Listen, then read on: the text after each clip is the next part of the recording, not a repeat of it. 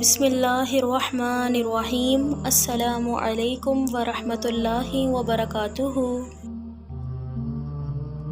آج ہم آپ کے سامنے رسول اللہ صلی اللہ علیہ وآلہ وسلم کی بتائی ہوئی دعاؤں میں سے ایک دعا کا ذکر کریں گے، جس کو پڑھنے سے انشاءاللہ بہت فائدہ ہوگا۔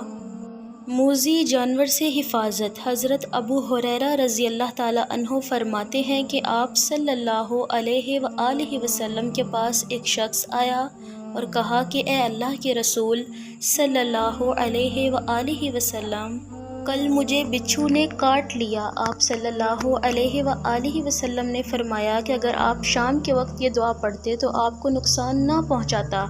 اعوذ بکلمات اللہ التامات من شر ما خلق، میں اللہ کے پاکیزہ کلام کے ذریعے سے مخلوق کے ہر شر سے پناہ چاہتا ہوں۔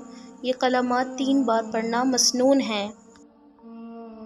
اس دعا کے پڑھنے سے انشاءاللہ ہم بہت سے موذی، زہریلے اور خطرناک کیڑے مکوڑوں سے اللہ تعالیٰ کی پناہ میں رہیں گے، جو اگر کاٹ لیں تو انسان کی جان جانے کا بھی خطرہ ہوتا ہے۔